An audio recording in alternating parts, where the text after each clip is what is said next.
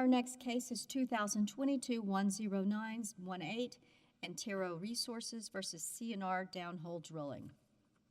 Mr. Levinger?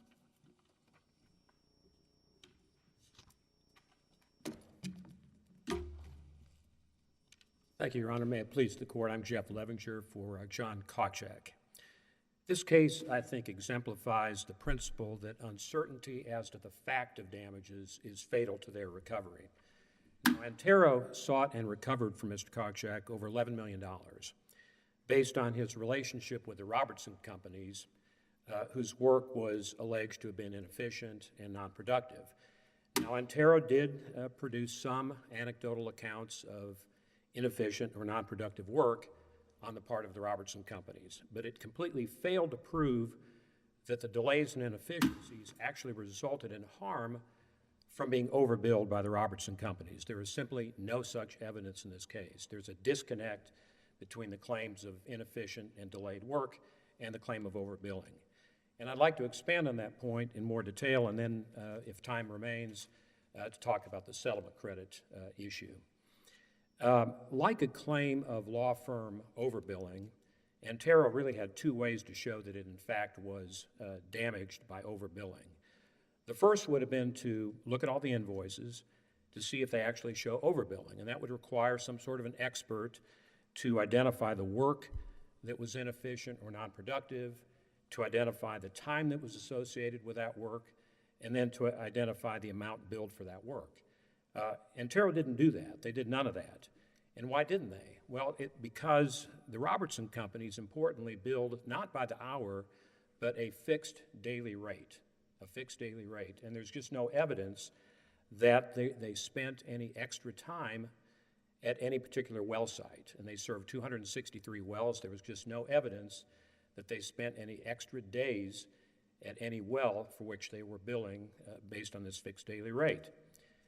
Now, the second way to prove overbilling would have been some sort of a benchmark comparison to competitors. And Antero did try to do that through their expert, Mr. Taylor.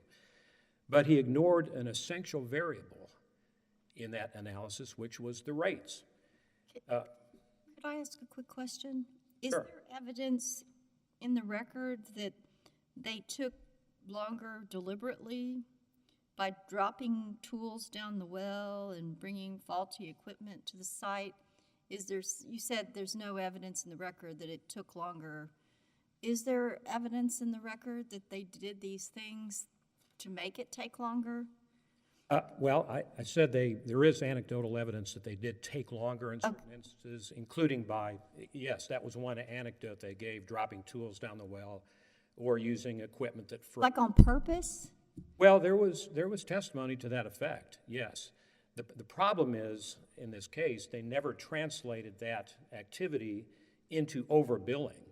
So if you think about it, a task that should take 6 hours, if it took 24 hours, Antero wouldn't be paying extra for that because they're being charged a daily rate. Indeed, if a 6-hour task took, say, 2 days, Antero still wouldn't be paying extra for that if the Robertson companies were going to be on the well site for those 2 days anyway. And that's the analysis they never did. There's just a disconnect between the extra time or the additional time and the charge of overbilling. Now, Position as to what the amount should have been. I'm sorry, Your Honor? What is your position as to what the amount should have been? Zero. Well, there's just no evidence of damages at all. And indeed, when the jury was asked a question, I think it was question 8 maybe, what are the damages from fraud? The jury answered 0. Only on the breach of fiduciary duty question did it answer this $11 million. And my contention is there's no evidence of the fact of damage. That's fatal to recovery under the Dill versus Adams case decided about 25 years ago. Now, what its expert did, Mr. Taylor, was kind of a 4-step analysis under this sort of comparative method. Can we go back? The jury answered, am I right, that said that there was a breach of fiduciary duty by Mr. Kawcak. Mr. Kawcak. Yes. And that was worth $11 million. Yes. And later it answered he did commit fraud, but then in response to the damages Gave question, 0 on it that. answered Okay, 0. so I'm doing questions 1 and 2 versus question 4 and 5. That's it, yes. Okay.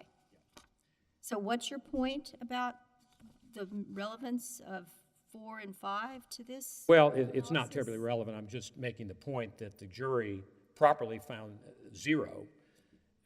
For fraud, but not for breach of fiduciary duty. Right, and my contention is because there's no evidence of damages resulting from the breach of fiduciary duty either, no evidence of the fact of damage or the existence of damage, that should have been 0 as a matter of law. So is it your position that you must have an expert to count what it would have cost, rather than you saying, oh, I think that it took 5 extra days because of all of these mishaps, or intentional or otherwise? Well, there are 2 ways to do it. One would be to look at the invoices and determine what was the extra work, what was the amount billed for that. That would be one way to do it. And you could think of it in terms of a law firm overbilling case. But what if you just said, I think it was extended this many days because of this many mishaps? Except there was just no evidence of that. That's the problem. They never quantified extra days based on these mishaps. And of course, it was the extra days that would result in extra billing because of the fixed flat billing. They didn't do that analysis at all. What their expert did was sort of a 4-step thing. He first of all looked at how long it took the Robertson companies to drill out a plug. And then he compared that to the time he said it should take or would take a competitor to drill out the plug. And then he came up with a percentage. He didn't even identify what that percentage was, but I think it was sort of an inefficiency percentage. And then he multiplied that times the total invoices of the Robertson companies, $150 million, and he came up with his number. That, I submit, is fatally flawed because it compares the time spent, but it ignores the rates charged, and the rates are critical. And that leaves a fatal uncertainty as to whether the amount Antero paid to the Robertson companies exceeded the amount it would have had to pay to a competitor to do the same work in less time. Well, couldn't they also do it based upon the time spent versus the time that they should have spent because they know the rate of that company? But they didn't do that either. I've read Mr. Taylor's testimony probably 4 or 5 times, and it just becomes more obtuse every time I read it. He did a 4-step approach. He looked at the time it would take to drill out time it took the Robertson companies to drill out a plug, and then he compared the time it would take a competitor to drill out a plug. He came up with a percentage, which he never identified, but probably was in the range of about 8%. Why is the competitor's rate an essential part of that? Because of the method he chose. But you could say it would take someone who was working at normal speed this long, and at your given rate. Why is that not an acceptable? Take them at their word for that's the going rate. Take your client, that's the going rate, and say it should take this amount really. Why isn't that for breach of fiduciary duty? Why isn't that it should have taken you this long? Why isn't that enough? Well, when you're comparing time spent, you also need to take into account the rate charged. Why? Well, If you already I would, have the rate charged from your client, why can't you just say that it should have taken you this long and it took you this long, and we're going to use your own rate, and that's the amount of damage? Because when they say the competitor would have done it in less time, you have to look at what the competitor would have charged to do it in less time. But this is not a breach of. This is a breach of fiduciary duty, not the breach of contract, right? Sure, but they're measuring it based upon the Robertson company's alleged overbilling. That was their only theory of damage. What's the best case that says you can't use this as a damage theory? Well, I would refer to the case of Hayden versus Sachs, a case out of the Houston Court of Appeals, which involves a claim of law firm overbilling. David Sachs law firm billing case. How does that help you here? Well, I think it's right on point, really, because it illustrates the fatal problem with just comparing time of you're subject to a competitor versus while simultaneously ignoring their rates. Because in that case, the claim of overbilling was that the law firm had assigned the work to an inefficient associate rather than have the more efficient partner do the work. Right, but you're not saying the rate is a bad rate. You're not saying your client's rate is a bad rate to you. Well, actually, I'm saying the Robertson companies billed a relatively low rate. They billed a daily rate of $30,000. The competitor, the only eligible competitor, was the Fortis company, and they charged $38,000 daily rate. That's 20% more. Right, but they didn't make a contract with them and agree to do this. And so why shouldn't, for breach of fiduciary duty, your client be held to do what it said it would do in the amount of time it should have done it? I guess I'm just having a problem with your with the theory. So anything else you can provide on that, and I don't want to belabor it because I know you have. Well, I would just provide the court the analysis in Hayden versus Sachs, where it was the exact same methodology, where they said, you know, you assign the work to an inefficient associate rather than an efficient partner. And the court said that's no evidence of damages. And here's why. I'll just quote from the key part of that opinion. The court said, though a more experienced attorney could arguably perform the task more quickly, that attorney's higher billing rate could also result in a higher charge than for work done by an associate who took more time to complete the task at a lower rate. So those two things go hand in hand. Rate and time always go hand in hand. And when they didn't have to look at a competitor to do the analysis, I submit they could have looked at the invoices, but they didn't do that. The significance and the value of the settlement that was paid. The settlement? Well, alternatively, in the event that the court does not reverse and render as to the actual damages, I submit that we are entitled to a settlement credit. In fact, they really don't even dispute that in theory we're entitled to a credit to abide by the one satisfaction rule. Well, the only argument really is that we didn't prove the amount of the settlement, and the reason we didn't prove the amount of the settlement is because Antero failed and refused to produce the settlement agreement despite numerous requests for it, and then the court, post-trial, refused to order it to be produced, and I contend that was the error. Right, but why wouldn't you have communicated? I mean, I get it in Texas court that you wait till after a lot of times, and the court just says, we're going to do this later. But because you may not have to do it, and so why do something you don't have to do? But given, why wasn't there a discussion? Your Honor, we still have this in our back pocket, and we want to make sure that you make them produce this after the trial, because it appears that the district court didn't allow it, not because they don't think you're illegally entitled to it, but because they think you waited too long to mention it to the district court. So we would have to find it abused his discretion in the timeliness, not that it legally made an error under Texas law. Well, I find that perplexing because we asked for it in request for production of documents where we define the settlement agreement as one of the documents. We asked for it again in a pretrial brief, specifically asked for the settlement agreement. There was a motion in limine to keep the settlement agreement out. I think appropriately it shouldn't have come into evidence. Did you say, but Your Honor, we're going to have to prove this up after trial because if they get a verdict, we're standing on our settlement credit. Well, we did in the Rule 59E motion. We, again... Not until after. Well, we asked for it pre-trial in the pre-trial brief. Okay. And asked for it again, Rule 59 post-trial. So we need to find that the district court abused its discretion? Is that what we need to rule? Well, yes, I think it is an abuse of discretion standard, and I think the That's court a high abused... standard, but I get, you're saying because you It had is, your but- pre-trial motion and you had asked for it in discovery and you said it in your 59E that the district court abused its discretion? When we asked for it in a request for production documents and they didn't produce it, we asked for it again in a pretrial brief, they didn't produce it, and then we asked again in a Rule 59E motion, and the court's only real rationale was we didn't move to compel.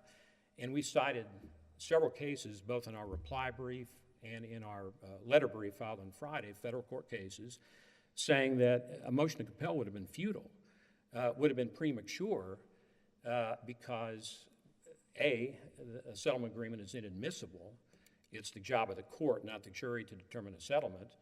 And B, it would have been irrelevant, at least until such time as there's an adverse verdict. And that's when you ask for it, and that's when we did ask Well, for but it. it seems like just an abundance of caution, you would say, Your Honor, now we're going to have this settlement credit. Do you want to deal with this after the fact? How do you want to deal with this? I think that was That would have been the smart thing, probably. well, that was actually what was discussed at the motion in limine phase, where the court said, I'm not going to admit it. But the implication, at least to the trial lawyers, were that's because it's going to be taken up post-trial. Did you say that, whoever the trial lawyers, that's what needed, that communication? Because I don't think the judge would have said you're cut off forever if he thought that it had been raised. Well, that's what the law is. The law is that the court takes it up post-trial. Well, it can. The law lets you do it post-trial if you want. It's not required to do it post-trial. But it's often done post-trial for efficiency's sake. Every case we found, Judge Elrod, both state and federal, allows for post-trial I'm not reduction of the... disagreeing that you have the right to post-trial, but this court found that it was kept too long to ask for it. Well, you abuse your discretion when there are no facts supporting your ruling. And Can you address the... I think he forgot what the facts were, which is that we'd asked for it twice and then asked for it again post-trial. If you were to prevail, and I'm not foreshadowing on your first argument, do you agree that we would still have to remand the disgorgement because there's a interplay between the amount the court ordered for disgorgement based upon the fact that they thought that the other side had been more than amply covered for the damages? Yes, there would have to be a remand for the So court. you're not objecting to that, which is what the other party... No, my only point was that the court shouldn't send any signal to the district court about what that ruling is. It's completely discretionary with... You just tie it up with the bow and send it back if you win on your first argument. Correct. Okay. Correct. And Judge Means will know that it's in his discretion whether to increase the amount of the disgorgement beyond what he did disgorge. And that'll be the issue. You still have any idea what the settlement amount is? Even though you haven't got I've been told anecdotally, but I don't know that it would even be productive for me to say what the number is. It's less than the $11 million, I'll put it that way. But I don't know I'd be guessing if I said the precise number, because I don't know. Thank you. Thank you.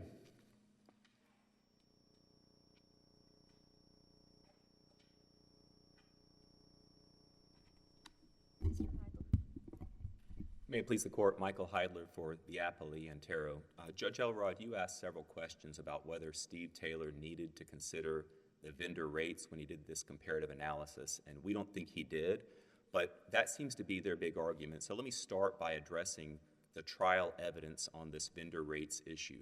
In the record on page 29869, Tommy Robertson testified by video deposition, which was played to the jury, and he testified that the prices he would charge to Antero were, quote, in line with the prices charged by other vendors. The defendant, John Kawcak, in effect confirmed that testimony. On page 30420 of the record, Mr. Kawcak testified that these two Tommy Robertson companies, 32420, he said that the two Tommy Robertson companies and this other drill-out vendor who Mr. Levinger acknowledges was available to do this work, Fortis, charged an identical daily rate of $30,000 per day. Now, there was some testimony in the record that Fortis would work alongside other vendors, Mountain States. Mr. Kawcak specified that this $30,000 rate was what he called the all-in rate that would allow an apples-to-apples comparison between the vendors. So if the jury did need to have evidence on vendor rates, it had that evidence. Now, Mr. Levinger says that Mr. Kawcak later in his testimony gave a different statement, which is true. Later in his testimony, he said that Fortis charged a daily rate of $38,000. But if you look at that later testimony, he was not purporting to change or clarify his earlier statement. He just gave two conflicting statements of fact. So the jury was entitled to judge his credibility, determine which statement was true and which statement was false, and credit the statement that the jury found to be true, And because the jury returned a verdict for Antero, we assume the jury credited the trial evidence that all of these vendors' rates were in line with one another. So, What about the Sachs case and whether or not your expert needed to go through this with the jury? yes, Your Honor. So in the Sachs case, the work was assigned, the client had hired a partner to do the work, and then the work was assigned to an associate who took longer to do the work. So in that case, there was a legitimate explanation for the associate to take longer. The associate was less experienced. And so I take Mr. Levinger's argument to be, well, for all you know, the Robertson companies are kind of like the junior associate. They're just less experienced, or there's some legitimate reason for them to be so much less efficient than these other vendors. Well, we dealt with that theory at trial, and the jury rejected it based on the trial evidence. The jury heard from Josh Sorensen of Mountain States. He testified that based on his personal experience working alongside the Robertson companies in these drill-out projects, he could not think of any reason why Robertson's companies would be so much less efficient. So he didn't say they have inexperienced people, they have slower equipment. He couldn't think of a reason. Nathan, Do you have a Texas case that would say that's okay if you don't have an expert to say how long this should take and you haven't gone through the invoices, that this is an okay theory of damages? well, we did have an expert, Your Honor. No, I don't have a Texas case that says that. We did have an expert go through 37,000 invoices. He went through all the daily completion reports. He calculated how long it took the benchmark vendors to do this work as compared to how long the Robertson companies took to do this work. He didn't need to look at the rates because he wasn't trying to figure out, could we have gone out and hired some other vendor to come in and do this same work for less money? That was not his methodology. All he was doing by comparing the work of the vendors was trying to determine how much of the Robertson company's time was non-productive, how much of the Robertson company's time was time spent above and beyond what a reasonable vendor would spend to do this work, because he wasn't trying to figure out which vendor was less expensive overall. He didn't need to look at the vendor's rates. Now, then John Kawcak says, well, yes, he did need to look at the vendor's rates because there might be some legitimate reason for the inefficiency. And that's where the testimony from Josh Sorensen and Nathan Conway comes in. We ruled out every conceivable reason why the Robertson companies might be less efficient. Steve Taylor testified that Antero required all of its drill-out vendors to follow uniform drill-out procedures. So it's not like the Robertson companies are doing something different. He also testified that the rigs used by the Robertson companies were superior to the rigs used by these other drill-out vendors. So nothing about the rigs should have slowed them down. He looked at the conditions on the ground that all of the vendors confronted, and he found that the Robertson companies faced conditions on the ground that were even better than the conditions faced by all of the other vendors. So the jury could have looked at all of this evidence and said, there is no legitimate reason other than overbilling for the Robertson companies to be so much less efficient. So then John Kawcak says, okay, maybe they are less efficient, and we know they were. And maybe there's no legitimate reason for them to be less efficient, and we know that's true also. But he says you still don't know whether the Robertson companies overbilled Antero, because those companies billed Antero by the day, and for all we know, they just work 24-hour days instead of 8-hour days. That's another theory that the jury rejected based on the trial evidence. The jury could have found that the entire point of this overbilling and bribery scheme was to allow the Robertson companies to bill Antero for more days than they should have billed. The jury heard that Antero's vendor, Tommy Robertson, transferred hundreds of thousands of dollars and title to a private jet to the defendant, John Kawcak, who was the Antero employee responsible for supervising the Robertson company's performance. When he received those benefits, he did a couple of interesting things. First, he told all of his employees in the field that they had to approve any ticket from the Robertson companies, regardless of the amount or what it said. You couldn't even look at it, you just had to approve it. These field tickets, they're the documentation of the goods and the services that the vendors are bringing to the site. Antero policy is someone who works for Antero has to review that, put their eyes on the products and services, and approve it. So John Kawcak took that check away. Then all those field tickets get compiled into an invoice, a larger dollar amount invoice, that has to be approved by higher up people at Antero. Well, he split up the Robertson company's invoices so that all of them would fall within John Kawcak's limited approval authority. So as a result of these two moves by Mr. Kawcak, he made sure that the only person at Antero who would be in a position to scrutinize the Robertson Company's billing practices was John Kawcak, who was being bribed by Tommy Robertson. Could I ask a question? Do you agree that a client has not been damaged by overbilling unless the total bill submitted by the first company is greater than a bill that a second company would have submitted? We do not agree, Your Honor. So That's the theory of damages of that. Okay, but you do not agree with that premise. we agree with the Sachs case. The Sachs case is distinguishable because in that case, there was a legitimate explanation for the associate attorney to be less efficient. In this case, there is no legitimate explanation. We crossed out every possible legitimate explanation. It's just overbilling. But also that you believe that you actually have evidence of what the second person would have submitted because you have their rates in the record, Yes, Your Honor. which are the same under some of the evidence. Yes. Different under other of the evidence. And That's right. The jury can decide which evidence it wants to believe. It was a fact question for the jury. On the overbilling point, there's one other important point to make, and it's something you referenced earlier, Judge Elrod. We did have specific examples in the record of overbilling by the Tommy Robertson companies, and when you look at those examples, along with the circumstantial evidence of what was going on here, this is a bribery scheme where John Kawcak is hiding Tommy Robertson's bills and his billing practices. The jury could infer that there was overbilling. There were more days being billed. We had evidence that Tommy Robertson's companies had supervisors billing across multiple well sites, even though they may or may not have been present at each one. The jury heard about an example where Robertson's crew stopped work in the middle of the day to drug test the entire crew, which never happens in the industry. In the industry, all these drug tests are done before and after the shift starts so that work won't be stopped. The most egregious example is the one you referenced. After Robertson's workers dropped a tool down a well over and over and over again, each time taking up to 4 hours to fish the tool out, Mr. Burks for Antero became convinced that this was intentional. He couldn't imagine that this would be an accident. So he confronted the Robertson employee on site and said, "Hey, what's going on?" And he admitted, quote, "We're trying to milk this for as long as we can." So what's the milk? They're getting a benefit out of this. They're getting paid for time that they're intentionally wasting. Now, I want to address one point about that. In his brief, Mr. Kawcak says that was a hearsay statement. Under Rule 801 D2E, that is a statement by a co-conspirator in furtherance of a conspiracy. So it's not hearsay. If it were hearsay... What did the district court determine about the statement? The district court, there was no objection.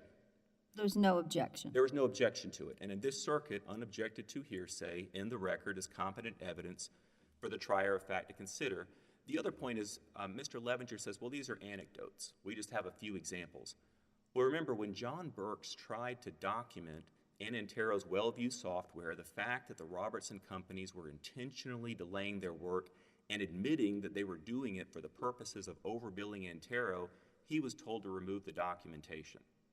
This is fraudulent conduct. We have concealment after concealment all over this record. So I think it's impressive that we have multiple examples of direct evidence of overbilling by the Robertson companies. We do have this direct evidence, but we proved that these were not just anecdotes. These were not just isolated incidents. Steve Taylor testified that it took the Robertson companies, on average, 50% longer than it would have taken a competing vendor to drill out every single one of these plugs. He testified that it took the Robertson companies in total thousands of hours longer than it would have taken a competing vendor to do this same work. So even without considering vendor rates, the jury could have found that Robertson's companies overbilled Antero and caused Antero damages from the facts that the Robertson companies were egregiously inefficient. There was no legitimate explanation for their inefficiency. Tommy Robertson was paying bribes to John Kawcak, and John Kawcak in turn was working to hide Robertson's bills from Antero. Do you consider this to be a lost profits theory or an out-of-pocket expenses theory, or what is the theory of damages? It's not expectancy. What is the theory of damages? It's the actual harm to Antero. Actual harm, out-of-pocket Out-of-pocket. expenses that they suffered due to the breach of fiduciary duty. So this isn't a lost profits on what they would have made the job on. No. This is out-of-pocket expenses, and Steve Taylor testified, I think his words, if I remember the quote correctly, was Antero actually paid $150 And is million. that a legitimate theory of recovery for breach of fiduciary duty, actual harm, as opposed to lost profits, which is a recognized theory? Your Honor, I don't know the answer. I'd be happy to do a post-submission brief on it if you'd like. I will say it's not an appellate complaint that John Kawcak has raised. He hasn't The challenged. damages theory was an incorrect theory. It's kind of baked into, well, you should have shown these comparators of what it would have cost to do the job. That rings in lost profits, sort of, and so that's why it's on my mind. But what is the measure of actual harm? Is it how much you would have saved if the other side had hired somebody else? It is the dollars that we actually paid to Tommy Robertson's companies for non-productive overbilled time, for the time that they spent that they should not have needed to spend on the job. Because they were intentionally fooling around. In their words, they were milking this for all they could get out of it. What was the basis of the settlement agreement? I'm sorry? What was the basis of the settlement agreement? What claims were settled? Are you asking which claims we settled with Tommy Robertson? So The settlement agreement that you had, that still is open as to whether or not it should be applied to your award. What was the basis of that? How was that determined? Was it lost profits or? So the settlement agreement is not in the record, so I don't know what it would say about the damages theory and the claims. I know what we pleaded against Tommy Robertson. We largely sought to recover from Tommy Robertson these overbilling damages. We also sought punitive damages, and we also sought damages for an injury that wasn't at issue with John Kawcak. We said Tommy Robertson had breached his contract with us because that contract had a provision that said he's required to allow Antero to inspect his books and records upon request. He didn't do that, and so we pleaded, as a result, we had to go to great lengths to do this big internal investigation of Robertson's billing practices, and we suffered damages for the cost of that investigation. So that's something that would have been settled, assuming that the settlement agreement resolved all the claims. If we remanded for determination of this, whether the settlement amount should be deducted from the breach of duty, $11 million, is that something you would stipulate to? That the settlement amount was $11 million? No, that the settlement should be the amount of money you got in the settlement should be subtracted from the damages that you were awarded. We would not stipulate to that, Your Honor. So the way the burdens... At one point, opposing counsel said that the only thing that wasn't in agreement was that the judge thought it was too late. So I would just disagree with them. We need to look at the settlement agreement under Texas law, which controls the substantive issue of the burdens of proof. If he had carried his burden of proof to put the settlement amount in the record at some point, then the burden would shift to Antero to do any allocation to say these dollars can be applied for the settlement. What more should they have done? Mr. Levinger said there were multiple attempts to obtain the agreement. Discovery, 59E, and so on. What more could and should the other side have done to compel production of that? Well, we're talking about the amount of a settlement. So it is industry standard practice for these settlement agreements to contain confidentiality provisions that prohibit either party from disclosing the terms and especially the amount absent some sort of compulsory process like a court order. So if a non-settling defendant wants to learn the amount of a settlement between two other parties, it's imperative that he follows the discovery rules, files a motion to compel, and gets an order compelling production. In this situation, he could have filed a motion to compel pre-trial. The district court... Why couldn't he do it now? Why couldn't he have done it after trial? He could have. He absolutely could have. In fact, the second that an adverse verdict were returned, he should have said, Your Honor, we need 5 minutes of your time to figure out how we're going to do this post-judgment discovery and settlement credit. We need to know the amount of the settlement. Will you direct Antero to tell us? The judge could have said yes or no. Why didn't he? I mean, are you sure it wasn't done? Maybe they thought it was baked in and they were waiting for it to be done. And was this a failure in communication, or was this a waiver of this right? So there was, I think, a failure of communication to some extent. So Antero put into the record their discovery request for the purpose of showing that they had not requested this settlement agreement in discovery. They then filed a reply in support That they had requested. We wanted to show they had not requested. Okay. That's why we put it in. We were reading these discovery requests as not encompassing the settlement agreement. They then had an opportunity to respond, and they never said, wait a second, go read question 42 and look at this definition and piece it together. We did request the settlement agreement. They never said that to the district court. It's not until they got on appeal that they've now read. Go back to the district court and say, we want to do the settlement credit before you enter the judgment. Can they? Did they? No, they did not. They didn't ask because why did the judge talk about it in the final judgment if they didn't ask? They had mentioned it in a pretrial brief. So, I mean, it's in the judgment. He's talking about it. Right, but they didn't carry their burden to put the amount of the settlement in the record. They didn't file a motion to compel. And this is a situation where a motion to compel that says, hey, judge, we sent a discovery request. We tried to work this out, and we've reached an impasse. That could have been really helpful because Antero obviously thought that this discovery request did not cover the settlement agreement. So do you want us to rule that the district court did not abuse its discretion in finding that they failed to timely request this, and therefore, even though they would otherwise be entitled to it, they are not here because the district court didn't abuse its discretion in the timing? It is an abuse of discretion standard, Your Honor, and we think that the federal court has discretion. What do you want us to rule on this claim?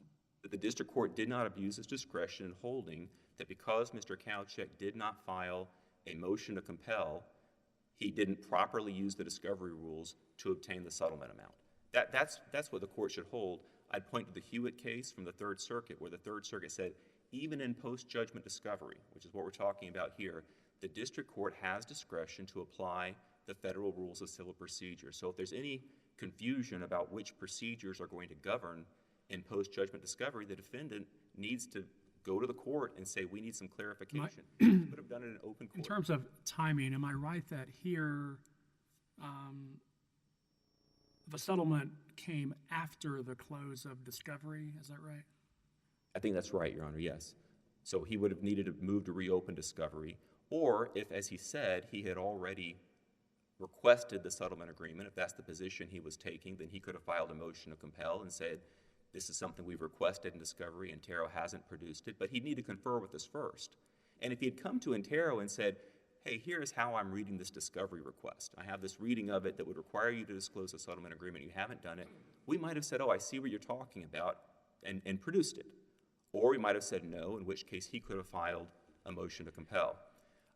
Your Honors, the district court, Judge Means, heard this entire jury trial, heard all the evidence, and rejected Mr. Kawcak's post-trial arguments, finding them, quote, unmeritorious, because that ruling was not in error and was not an abuse of discretion. We would ask the court to affirm. I appreciate you're trying to time it exactly right, but I've got a question for you. Please. So it's not going to let you time it exactly. If you are wrong, and I'm not foreshadowing about the settlement credit business, does that in any way affect your disgorgement argument? Does that allow you to get back to the district court on disgorgement so that, or is that a wash on disgorgement? I think the district court should have discretion, if it's going to consider the settlement credit issue, to reconsider whether the court should require Mr. Kawcak to disgorge any of his compensation, because the district court is saying the damages judgment makes Antero whole. Well, if we haven't been made whole on something, the district court should be able to look at that and make a decision on whether to require additional. Does it matter who's made you whole, though? I think that would be something for the district court to consider. Thank you. We have your argument. Thank you. Mr. Levinger? Thank you. We've heard the word overbilling many, many times, but saying it so doesn't make it so. And when you read the record, you will see a disconnect between these claims of unproductive and inefficient time and overbilling. They just didn't connect the dot from one to the other. And Judge Willett, you're absolutely right. Their theory was predicated on the idea that a competitor would have done it quicker, but they utterly failed to prove anything about whether the competitor would have done it cheaper. And What about the evidence in the record of what a competitor would have charged? well, I want to talk about that because they've tried to cobble together some things which they never adduced. But the evidence is, and it was really uncontroverted, is that Fortis, the only eligible competitor who could have done the work during that period of time, charged a daily rate of $38,000, uncontroverted, versus the Robertson Company's daily rate of $30,000, uncontroverted. That was the only evidence, and we were the ones who put it on. Remember, they called to the witness stand the CEO of Fortis and the CEO of Mountain States, and they did not ask either one of them what their daily rate was. They never asked that question, and I think it was deliberate. Why didn't they ask it? Because they knew it was higher. And when you... About Tommy Robinson's testimony that the prices are in line with other vendors at $298.69. I'll have to look at that, Your Honor. That was never cited in their brief, but I don't think Mr. Robertson would have had personal knowledge. Or the all-in rate at page 32420. Do you have any comment on that? I'll look at that, but Mr. Robertson did not have personal knowledge about what other vendors charged. Mr. Kawcak did, because he employed these people. In fact, Antero did. Did anybody object that they didn't have personal knowledge?